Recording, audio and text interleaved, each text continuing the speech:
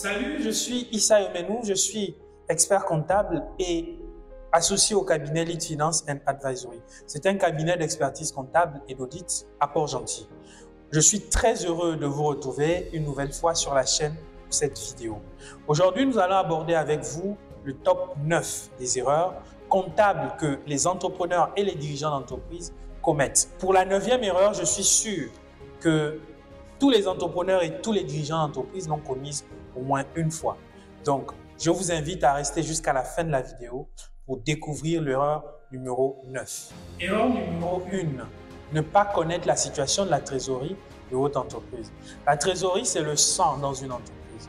Vous devez donc connaître quelle est la situation de vos avoirs en banque et du cash que vous avez dans l'entreprise.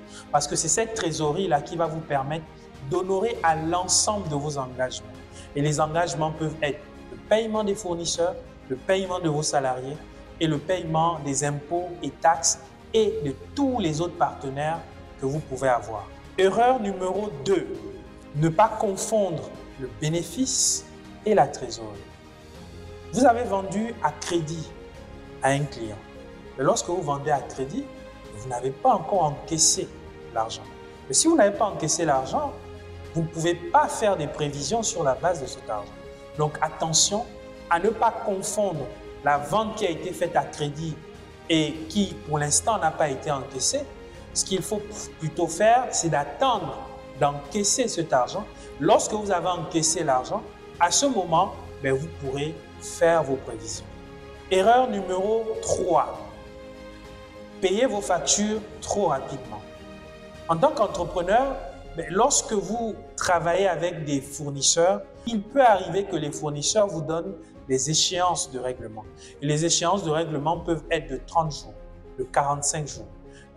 Utilisez-les au maximum parce que le fait d'utiliser les échéances que les fournisseurs vous donnent vous permet de conserver de la trésorerie pour des éventuels non prévus au cours de l'activité, au cours de la gestion de votre activité. Donc, il est important d'attendre avant de payer vos fournisseurs. Il faut les payer à l'échéance. Erreur numéro 4, remettre à plus tard vos tâches comptables. Les pièces comptables, vous devez les saisir au jour le jour. C'est une erreur de ne pas suivre sa comptabilité au jour le jour parce que vous n'avez pas à disposition la donnée et les informations qui vous permettent de suivre votre activité et de la piloter. Donc, remettez les informations à temps à vos comptables pour qu'ils soient en capacité de vous délivrer l'information dans les délais. Erreur numéro 5, fixer des prix trop bas. En tant qu'entrepreneur, si vous ne connaissez pas les coûts de production de vos produits et de vos services, vous risquez malheureusement de vendre à perte. Donc, le suivi en réalité de la marge est un élément extrêmement important. Par conséquent, le prix que vous allez fixer, le prix sera composé finalement du coût de production et de la marge que vous voulez recevoir. Erreur numéro 6, payer de façon accidentelle les dividendes.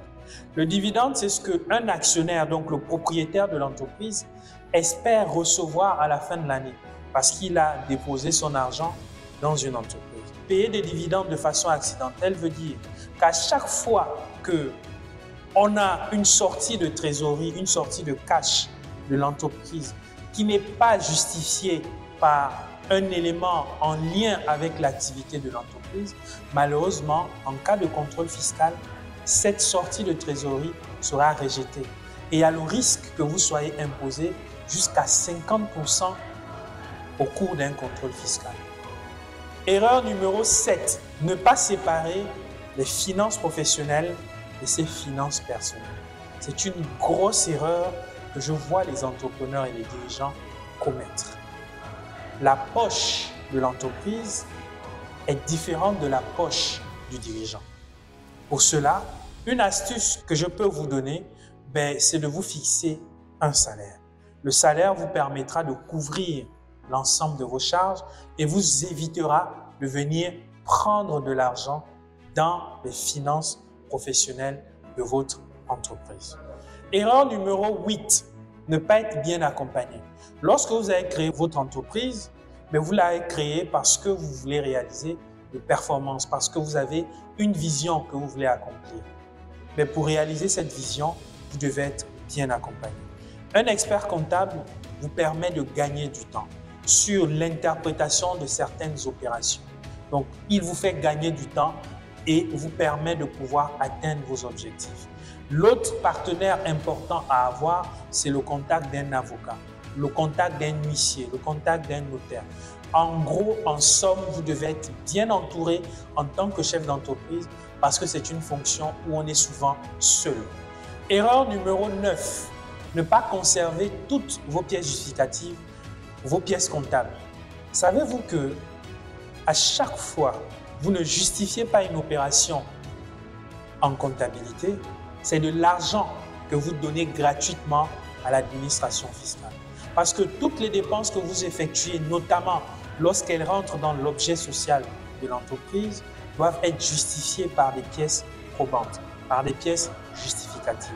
Vous avez tout intérêt, en tant que dirigeant et en tant qu'entrepreneur, d'avoir le réflexe de conserver l'ensemble de vos pièces comptables.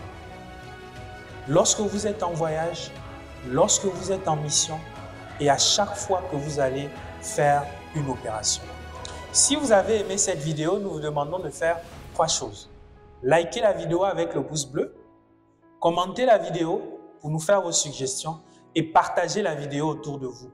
Et surtout, un rappel, n'oubliez pas, nous vous remettons le lien du guide gratuit qui vous permet de pouvoir vous décider comment choisir entre une entreprise individuelle et une société. Le lien est gratuit et il est en dessous de cette vidéo. C'était un plaisir d'avoir présenté cette vidéo et à très vite.